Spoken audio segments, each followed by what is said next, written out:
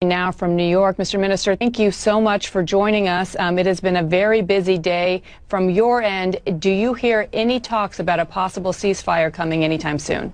I am convinced a tide is turning.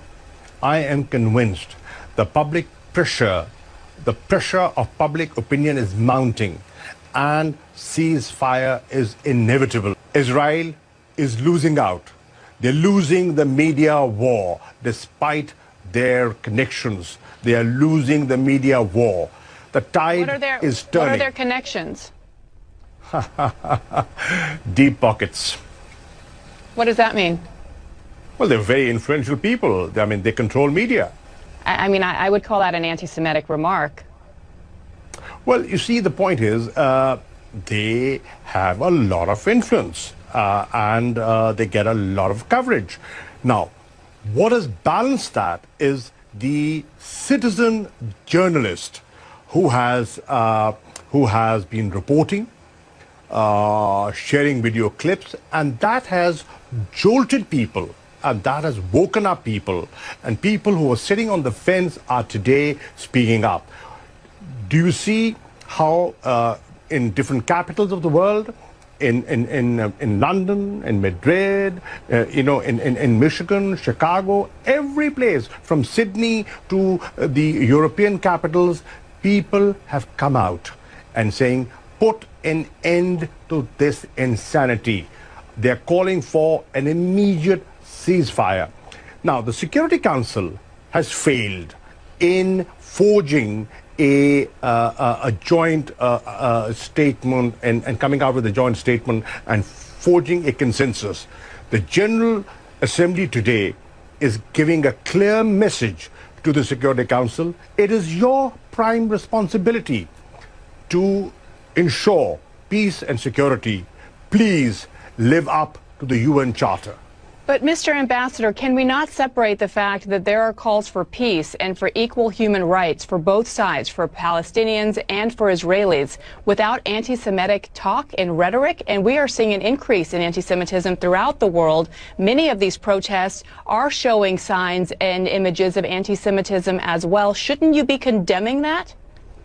I will not justify any rocket attacks, and I cannot justify and I cannot condone the aerial bombardment that is taking place. But what about anti-Semitism? And what about Hamas's role in stopping the rockets? I am saying when you do not engage, when there are no negotiations, when there is occupation, when there's genocide, when there's war crime, when there's ethnic cleansing, then an extremist element takes advantage of that situation. Avoid it. How do you avoid it? You avoid it by pursuing a two-state solution, by adhering to the Security Council resolutions, respecting them, implementing them, fulfilling the promises that have been made and have been often broken. So, I believe that the answer is Israelis and Palestinians living side by side in peace. And it can only be done through a two-state solution, through negotiations, by cessation of hostilities, and a ceasefire is the first step in that direction. Does that include condemning anti-Semitism and condemning statements? I am not justifying any of that. You began this conversation. I am so sorry. There's so many things I want to talk to you about, but I personally am offended as a journalist. You began this conversation by saying that suggesting that Israel has, quote, close friends and powerful friends in the media. That is an anti-Semitic trope. No. What I'm saying is the perception. Look at the perception the world has. You cannot ignore that, ma'am. But that's a wrong perception. Could be wrong, but that's the perception. Negate it. Well, negate it. By giving a balanced coverage, negate it.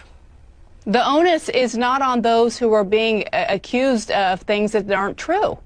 It's on people like you in powerful positions to say that that's wrong. Well, what we are saying, what is wrong, and I'm not shying away from that.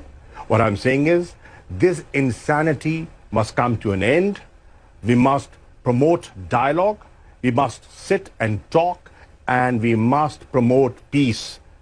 Israelis and Palestinians, everybody has a right to live.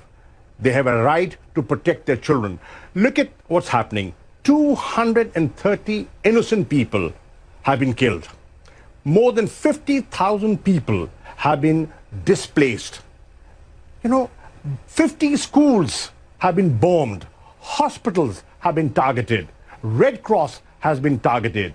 The AP office, media outlets have been targeted. And what they're saying is, okay, if you think there was Hamas presence there, why don't you have an independent investigation? Well, I believe that Israel did provide in some information and shared intelligence with the U.S. But let's go back to the other side, because there are obviously Israeli casualties as well. And I keep bringing this up because if you're going to be an honest broker, then you have to approach something like this objectively. And that doesn't seem to be the place where you're coming from. Well, I am objective, and I would want to be objective. Loss of life, I will not condone. Every life, every human life is important.